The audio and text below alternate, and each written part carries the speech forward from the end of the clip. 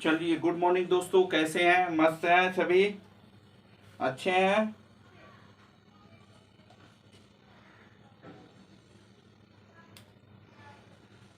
चलिए, good morning दोस्तों। जय हिंद रोहित। चलिए, जय हिंद मेरे प्यारे। क्या हम लोग हिस्ट्री आज पढ़ने वाले? कल क्या पढ़े थे? ज्योग्राफी। इससे पहले क्या? पॉलिटी। अभी यूट्यूब पर कितना 3 क्लास चलता है, हिस्ट्री, ज्योग्राफी, पॉलिटी। तो ये 3 क्लास आज क्या है? हिस्ट्री है। हिस्ट्री में हम लोग वैदिक सभ्यता के अंतर्गत हम लोग क्या पढ़ रहे थे? ऋग वैदिक काल। इसे वैदिक सभ्यता को 2 भागों में बांटा गया है। कौन? ऋग वैदिक काल और दूसरा क्या है? उत्तर वैदिक काल। उत्तर वैदिक काल। तो हम लोग जो वैदिक सभ्यता है उसके अंतर्गत ऋग वैदिक काल को पढ़ रहे थे। और ऋग वैदिक काल के अंतर्गत हमने इससे पहले कितना 2 क्लास किए थे। अगर आपको याद होगा तो आप कमेंट करके बताइए कि ऋग वैदिक काल तक कहां तक हम लोग पढ़ लिए हैं। चलिए, सभी को गुड मॉर्निंग। राइट सोनू। चलिए, सभी को गुड मॉर्निंग। लव यू मेरे प्यारे। चलिए आइए, जय हिंद। इधर देखिए, ऋग वैदिक काल के अंतर्गत हम लोग क्या सामाजिक जीवन आज पढ़ने वाले हैं। क्या सामाजिक जीवन बताए थे आपको? सामाजिक जीवन। उसके बाद हम लोग क्या पढ़ेंगे? तो आर्थिक जीवन। आर्थिक जीवन आपको याद है। उसके बाद राजनैतिक जीवन दिखाई दे रहा है। चलिए, आज सामाजिक जीवन के बारे में हम लोग क्या करने वाले हैं? चर्चा करने वाले हैं। ठीक है। तो सामाजिक जीवन, समाज होता क्या है? जैसे आज हमारे बीच क्या होता है? गांव, यानी कि आप, मम्मी पापा, भैया भाभी, क्या एक परिवार है। इसी तरह बहुत सारे परिवार मिलाकर क्या होता है? गांव का निर्माण होता है। और गांव को ही क्या कहते हैं? समाज कहते हैं। है कि नहीं? कहते हैं कि नहीं? चलिए, याद है आपको? यस सर, इसी तरह होता है। चलिए जी। तो ऋग वैदिक काल में भी समाज का निर्माण इसी तरह होता था। क्या? समाज का निर्माण इसी तरह होता था। अगर आपसे ये पूछ दिया जाए कि ऋग वैदिक काल में समाज की सबसे छोटी इकाई क्या है? सबसे छोटी इकाई क्या है? तो आज हमारे परिवार क्या है? सबसे छोटी इकाई है। परिवार से मिलकर ही ना क्या गांव बना। ढेर सारा परिवार मिला, उसके बाद गांव का निर्माण हुआ। बस ऋग वैदिक काल में भी अगर समाज की बात किया जाए कि समाज की सबसे छोटी इकाई क्या था, तो वो था क्या? परिवार। परिवार। परिवार को ही क्या? कुल कहा गया है। क्या? कुल। परिवार या कुल। ठीक है, परिवार या कुल। ओके, कोई प्रॉब्लम तो कहिएगा नो सर। परिवार या कुल।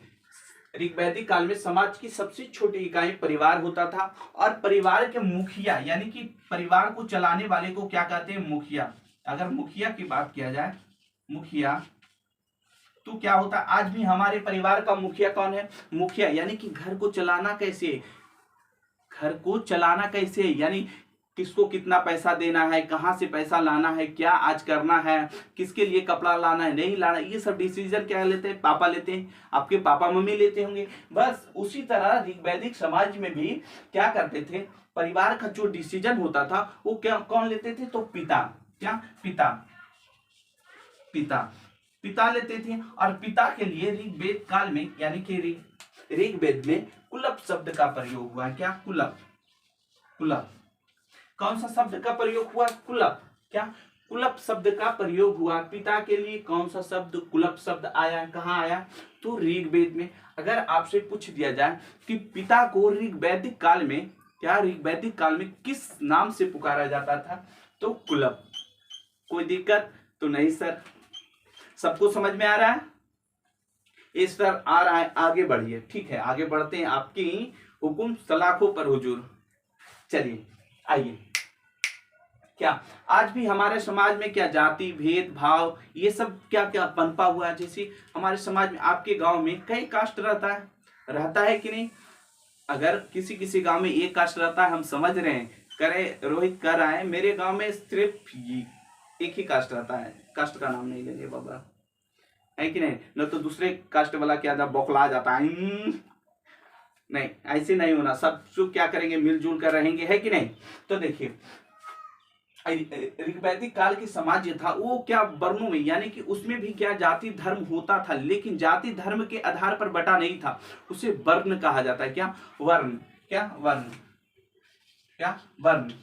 यानी कि ऋग्वैदिक काल में ये उल्लेख है कि जो ऋग्वैदिक काल के समाज था वो 4 वर्गों में बटा था। कितने? 4 वर्गों में बटा था। कौन? तो पहला था ब्राह्मण, दूसरा में वैश्य, दूसरा में क्षत्रिय, तीसरा में वैश्य, चौथा में शूद्र। ये 4 वर्गों में क्या था? बटा हुआ था। कब? ऋग्वैदिक समाज कितने? 4 वर्णों में बटा हुआ था। ब्राह्मण सबसे ऊंचा क्या होता था? ब्राह्मण। आज भी हमारे कास्ट में कहते नहीं मेरा कास्ट सबसे ऊंचा है नहीं, ये कास्ट ऊंचा। उसी तरह जो ब्राह्मण था ऋग्वैदिक काल में वो सबसे ऊंचा कास्ट के कहलाते थे। उसके बाद क्षत्रिय आते थे, उसके बाद वैश्य आते थे। क्या? वैश्य। क्षत्रिय जो शादी ब्याह यानी कि मंत्र का जो उच्चारण करता था उसे ब्राह्मण कहा जाता। और जो क्षत्रिय यानी कि जो लड़ाई झगड़ा करता था यानी कि युद्ध करता था उसे क्षत्रिय कहा जाता है। वैश्य यानी कि जो व्यापार करते थे, या था कर रहा है सर, ये था है या वैश्य। क्या? वैश्य यानी कि जो व्यापार करता था उसे वैश्य कहा गया है। कब कहा गया? तो ऋग्वैदिक काल में। यानी कि जो व्यापार करता है उसे वैश्य का। और क्षुद्र यानी कि जो नीचा काम करता है, यानी कि जो जैसे नली साफ करना है कि नहीं, तो शूद्र का काम था इन तीनों वर्णों को क्या करना? सेवा करना। जो शूद्र होता था इन तीनों वर्णों को क्या करता था? सेवा। क्या? सेवा करता था। कौन करता था? शूद्र। शूद्र क्या करता था? इन तीनों वर्णों का क्या करता था? सेवा करता था। तो समाज इन 3 भागों में क्या हुआ था? बटा हुआ था। सर ये बाटा कौन? तो एक विराट पुरुष,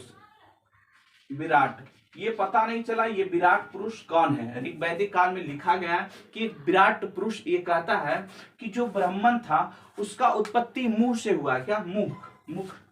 क्या? मुख से हुआ है। क्या? मुख से हुआ ब्राह्मण की उत्पत्ति। और क्षत्रिय की उत्पत्ति बाजू से हुआ। क्या? बाजू से हुआ। वैश्य का उत्पत्ति जांग से हुआ। क्या? जांग से। शूद्र का उत्पत्ति पैर से हुआ। पैर से हुआ। तो ये कौन कहता है? एक विराट पुरुष कहता है। ऋग्वेद काल में ये उल्लेख है कि विराट पुरुष कहता है कि जो ब्राह्मण का उत्पत्ति हुआ मुख से हुआ, क्षत्रिय का उत्पत्ति बाजू से, वैश्य का उत्पत्ति जांग से और क्षुद्र का उत्पत्ति पैर से। और जो क्षुद्र होता था इन तीनों वर्णों का क्या करता था? सेवा करता था।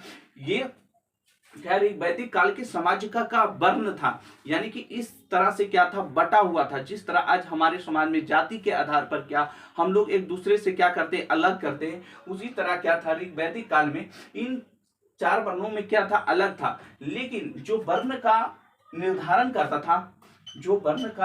करता था कि आप कौन है? ब्राह्मण है कि क्षत्रिय है कि वैश्य है कि शूद्र है, ये निर्धारण कौन करता था? जैसे आज हमारे समाज में अगर बात किया जाए तो हमारे समाज में भी क्या, जैसे मान लीजिए अगर आप पंडित जी के यानी कि पंडित के घर में क्या जन्म लेते तो आप पंडित बन जाते हैं।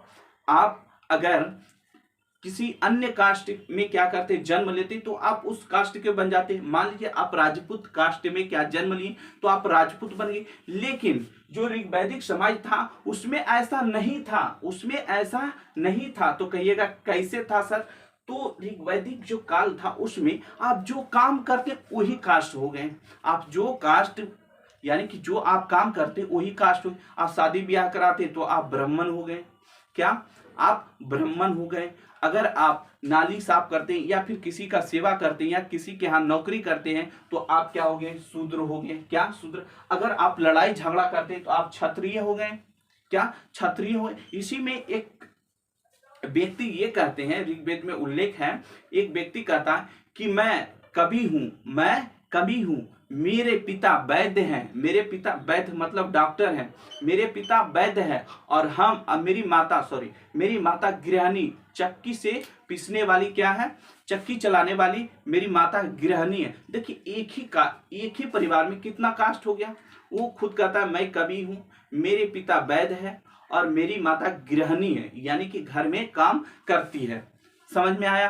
तो जो ऋग्वैदिक काल था उसका वर्ण निर्धारण उनके कामों पर किया जाता था कि आप ब्राह्मण बनिएगा, कि क्षत्रिय बनिएगा, कि वैश्य है, कि शूद्र है। आप जो काम करते थे ऋग्वैदिक काल में, लोग जो काम करता था उसी पर क्या उसके वर्ण का निर्धारण क्या कर दिया जाता था। जिस तरह आज हमारे जाति के आधार पर क्या करते हैं, जो जाति में आप जन्म लेते हैं उसी जाति के हो जाते हैं।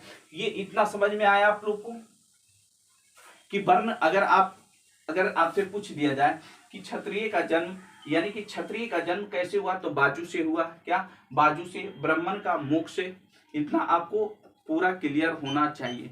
सभी को समझ में आया? चलिए एस लिखिए, एस लिखिए सभी। चलिए बहुत अच्छा, शाबाश, समझ गए सर।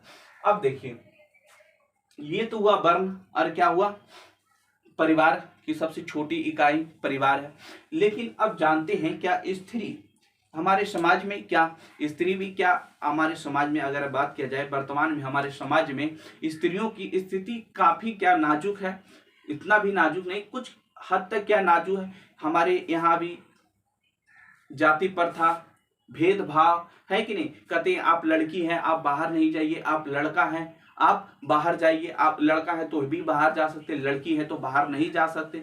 अभी बहुत सारा मतलब परिवार ऐसे हैं जो कि ये निगेटिव थॉट्स क्या पाल रखे हैं कि आप लड़की हैं तो पढ़ने बाहर मत जाइएगा, यहीं रहिएगा। ऐसा ऋग्वेद काल में नहीं था। लड़कियों की बहुत आजादी था। क्या? लड़कियों को बहुत आजादी था। अब जहां मर्जी है आपको वहां क्या शिक्षा ग्रहण कर सकते हैं। आप जहां मर्जी है जहां जाकर आप शिक्षा ग्रहण कर सकते हैं, आपको कोई रोक नहीं सकता। जिसके लिए देखिए क्या शिक्षा की बात किया जाए तो कभी कभी आपसे पूछ दिया जाता है कि शिक्षा ग्रहण करने वाली 20 स्त्रियों का ऋग्वेद में उल्लेख है। कितना?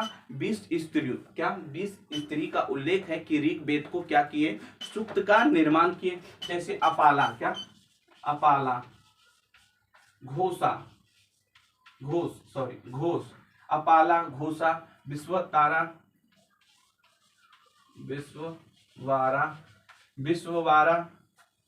फिर हो गया लोपामुद्रा,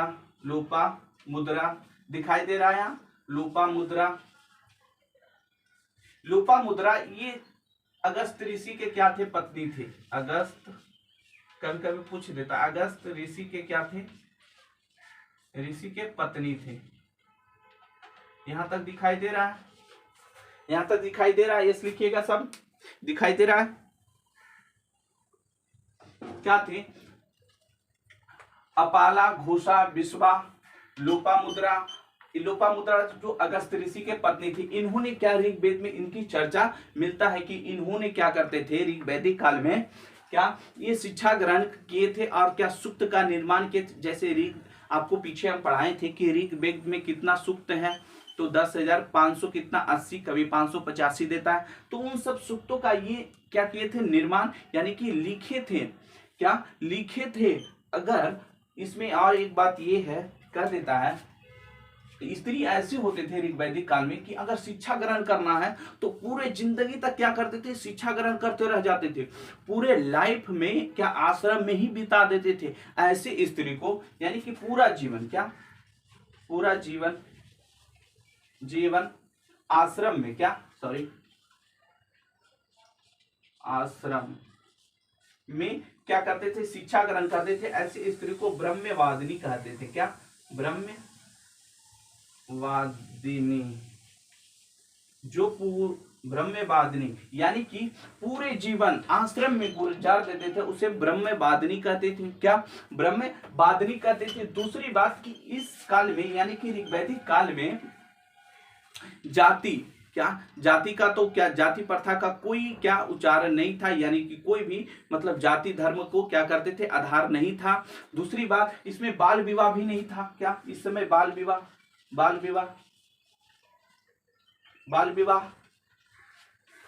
क्या बाल विवाह हो गया,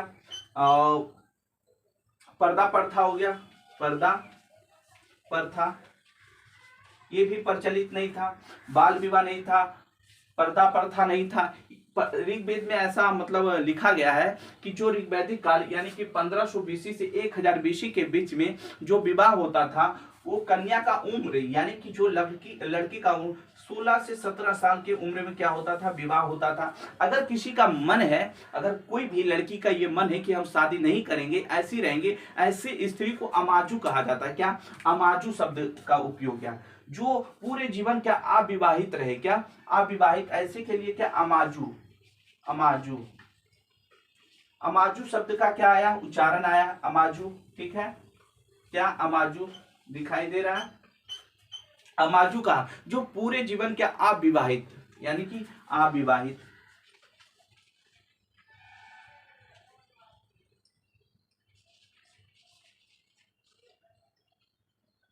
यानी कि जो स्त्री पूरे जीवन अविवाहित रहते थे उसे अमाजू कहा गया, उसे अमाजू कहा गया। यहां तक कि स्त्रियों को क्या, इस समय देखिए, इस समय एक ही चीज प्रचलित था, वो था क्या, दास प्रथा। क्या? दास प्रथा इस समय क्या था, प्रचलित था। यहाँ आपको लिख देते हैं क्या, दास प्रथा।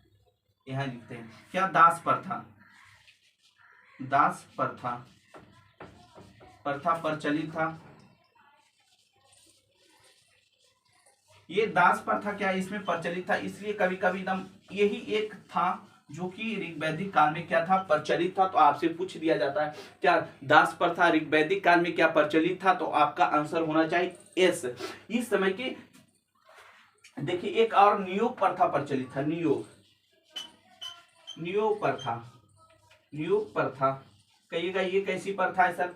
नियोग प्रथा, नियोग प्रथा के अंतर्गत अगर कोई स्त्री नियोग,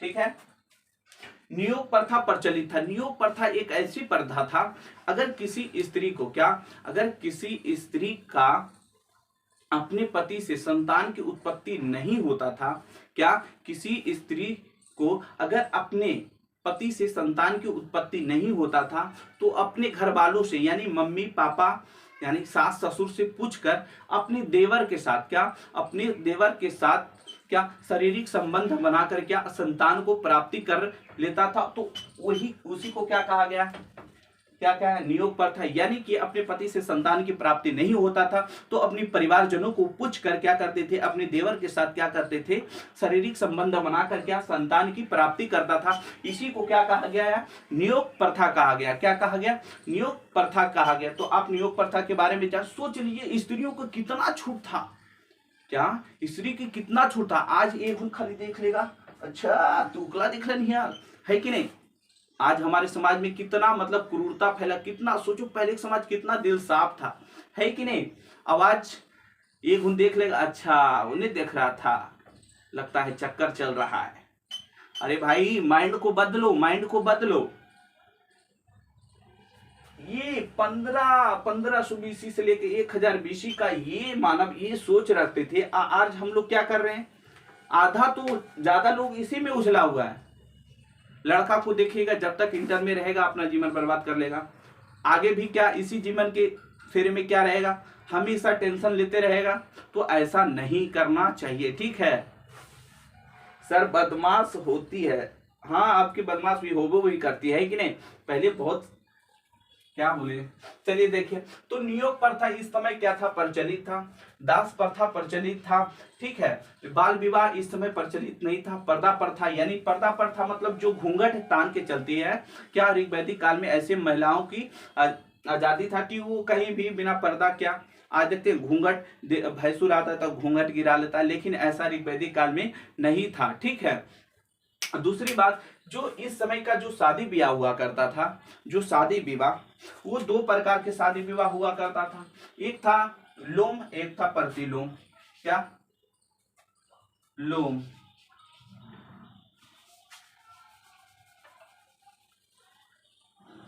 रुक जाइएगा थोड़ा सा, वेट।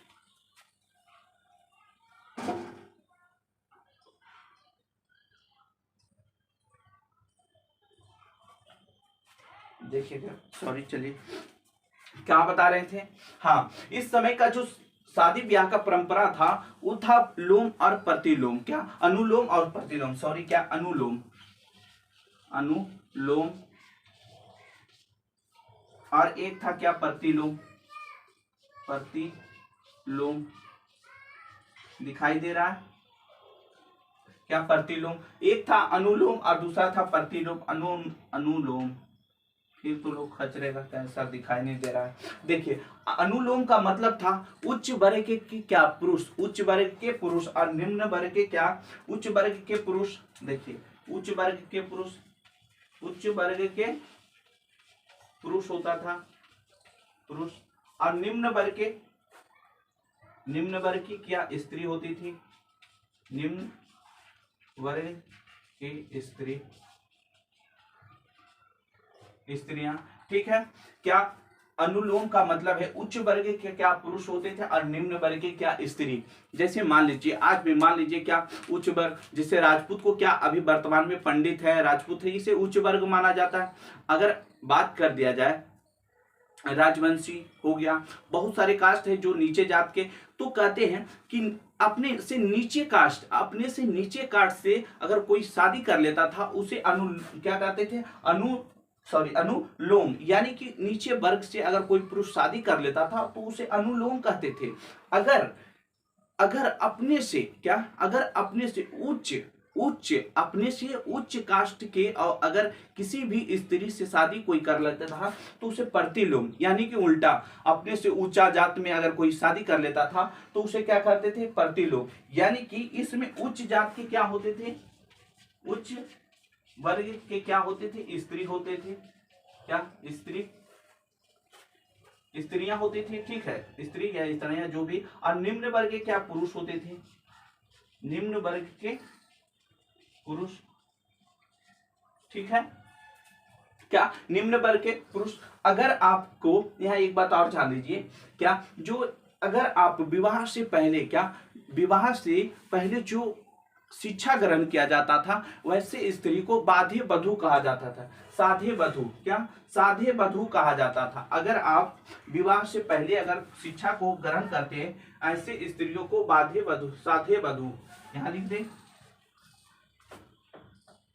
साध्य दिखाई दे रहा है, यहां दिखाई दे रहा है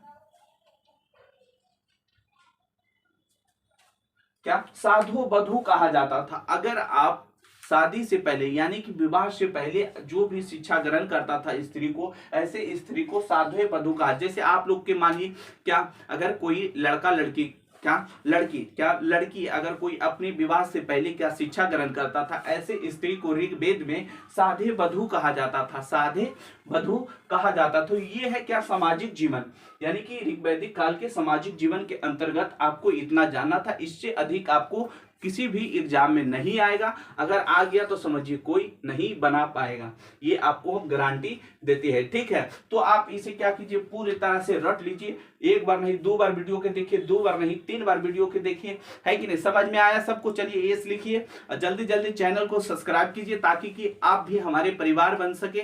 कहिएगा कैसे सर सब्सक्राइब कर लेंगे तो आपका परिवार कैसे बनेंगे? मान लीजिए आप सब्सक्राइब कर लीजिए, जब भी हम आपके साथ आएंगे, आपके पास आएंगे, तो आपके मोबाइल की घंटी बज जाएगा। जब भी नोटिफिकेशन को ऑल क्लिक कर लीजिएगा। ठीक है, ओपन कर लीजिएगा। जो भी मेरा दुख सुख होगा आपके साथ शेयर करेंगे, आप मेरे साथ दुख सुख शेयर करिए। परिवार का मतलब यही होता है ना कि एक दूसरे के क्या दुख सुख में साथ देता है। तो चलिए मिलेंगे अगले क्लास में। ठीक है, जय हिंद दोस्तों, चलिए लव यू, मिलेंगे अगले क्लास में।